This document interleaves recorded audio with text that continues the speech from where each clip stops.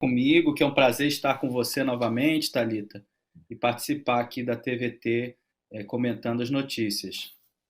Prazer é nosso, Pedro. Pedro, eu queria que você nos ajudasse a entender, então, esse novo aumento anunciado, né, em relação ao preço do diesel. A gente sabe que tem todo um efeito cascata, né, que esse aumento do diesel depois pode repercutir, inclusive, no preço dos alimentos, né, por conta de transporte e carga. Queria que você falasse um pouco sobre isso. E, assim, e nos espanta, porque na semana passada, na sexta-feira, se não me engano, saiu esse valor enorme de lucros que a Petrobras tem tido, né, no primeiro trimestre agora do ano, e é um valor que é partilhado ali entre acionistas. Então a pergunta que a gente sempre faz é, não dava para diminuir um pouquinho esse lucro e fazer com que os preços não encareçam para a população, né? Eu queria que você falasse um pouquinho sobre esse momento da Petrobras. É isso, Thalita, a pergunta é super pertinente, porque o preço do petróleo não é um preço qualquer. Ele não é formado com base em custos de empresas, como acontece em vários outros mercados. É um preço muito especial, vamos dizer assim. 60% da carga no Brasil é transportada pela via rodoviária e 44% dos combustíveis são baseados no diesel. Ou seja, esse aumento do diesel que ocorreu agora de 8%, ele vai ter uma repercussão grande na formação de muitos preços de alimento, inclusive, e um impacto na inflação. Então, a gente pode esperar uma pressão sobre a inflação daqui para frente. E, de outro lado, a gente tem uma política da Petrobras que não atende o interesse da nação, atende o interesse dos acionistas. É muito simples entender, Thalita, porque se a Petrobras tira petróleo, já com custo final de em torno de $30 o barril, mais ou menos, e o preço do barril do petróleo está 100, com quem que fica essa diferença? Ou seja, essa renda extraordinária que vem da extração do petróleo, para onde vai esse dinheiro? Esse dinheiro ele pode ser reinvestido na Petrobras, isso é bom, é um investimento que gera mais infraestrutura, amplia a capacidade de produção, gera emprego, gera renda.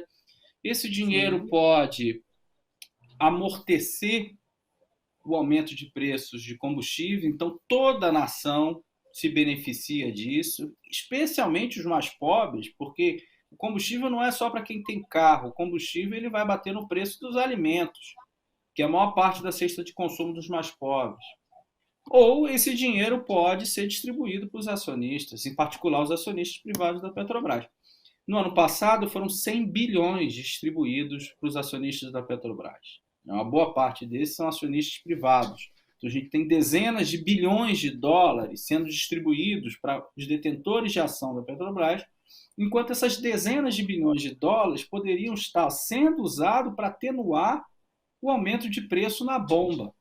Eu brinco que sempre que a gente for no posto de gasolina, está aí a imagem da reportagem, a gente lembra que tem alguém feliz com isso, tem alguém ganhando com isso. Ou seja, quando aumenta o preço na bomba, no final das contas, alguém está ganhando um aumento nos seus dividendos. E está sendo anunciado agora no mercado sem nenhum constrangimento que isso vai aumentar daqui para frente. As ações estão subindo e está todo mundo feliz com isso.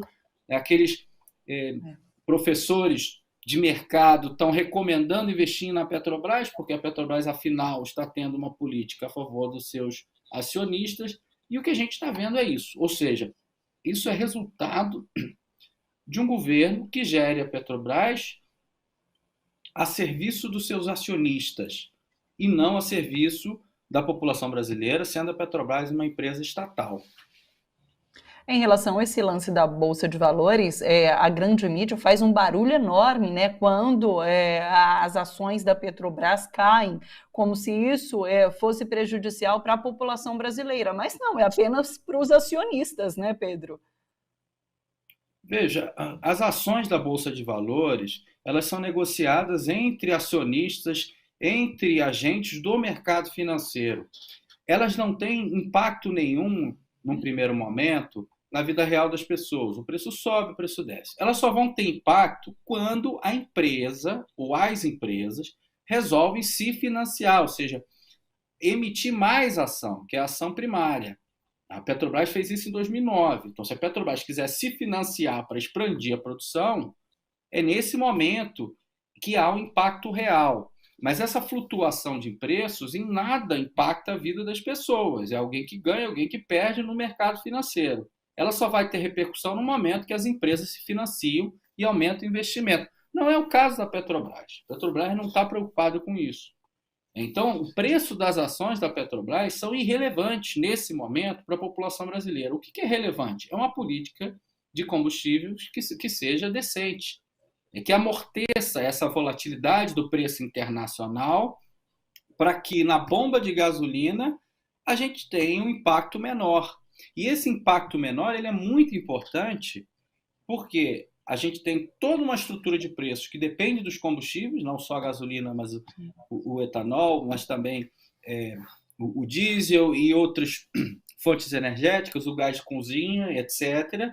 E isso é repassado na inflação brasileira com a indexação, ou seja, o nível de inflação brasileira ele vai aumentando, sendo impactado por esses choques. E aí um banco central aumenta juros para resolver uma inflação que é uma inflação que o próprio governo criou. E aí vira uma bola de neve e a economia não anda e a população empobrece. Ô Pedro, eu li uma entrevista na revista Fórum, da Juliane Furno, né, economista, colega sua, já participou aqui com a gente também, e ela faz essa denúncia de que a Petrobras é uma das petroleiras que mais lucram no mundo, né?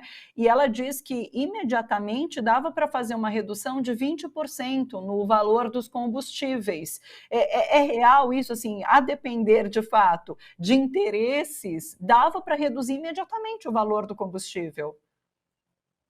Sem dúvida. A Juliane Furno, além de ser minha amiga, ela é especialista na área, ela fez uma tese de doutorado brilhante sobre o tema do petróleo e ela conhece muito bem os dados. Não há dúvidas que há uma margem para reduzir os preços de combustíveis. A gente tem um desafio para frente que é recuperar as cadeias que foram desmontadas ao longo dos últimos anos. Ou seja, é um projeto que não é só desregulamentar os preços de combustíveis, mas privatizar a Petrobras, recortando-a e vendendo em partes. Ou seja, a Petrobras ela tem muita vantagem de ser uma empresa que vai do poço do petróleo ao posto de gasolina, do poço de petróleo ao poste de luz. Ao ter controle das várias etapas da cadeia, a Petrobras consegue ter vantagens enormes e controlar melhor as políticas de preço. O que aconteceu recentemente é que a capacidade de refino da Petrobras diminuiu muito, foram privatizadas refinarias e essa capacidade de controle ela se fragilizou. Agora, com o preço do petróleo tal como está, essa capacidade ela é real. As margens estão aí para mostrar. Ou seja, no curto prazo, há capacidade de fazer uma política de preço diferente. No longo prazo, a gente precisa resgatar o caráter estatal da empresa chamada Petrobras. O Pedro, só para encerrar, queria que você comentasse também essa questão da desvalorização do salário mínimo, né? A gente deu a notícia que desde a implantação aqui do Real, é o primeiro presidente que desvaloriza o salário mínimo.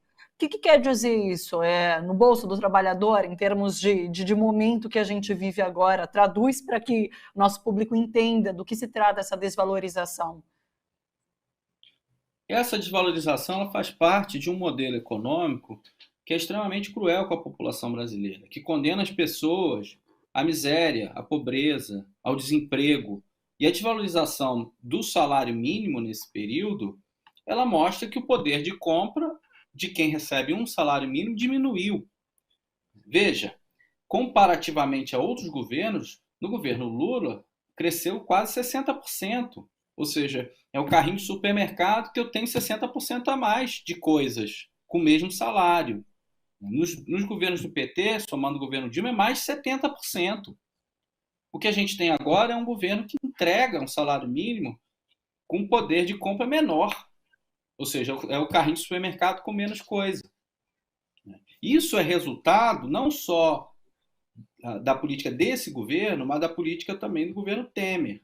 O teto de gastos impõe uma moderação nos aumentos do salário mínimo, porque não cabe no orçamento um aumento do salário mínimo, porque ele tem impacto orçamentário muito grande, principalmente via benefícios previdenciários.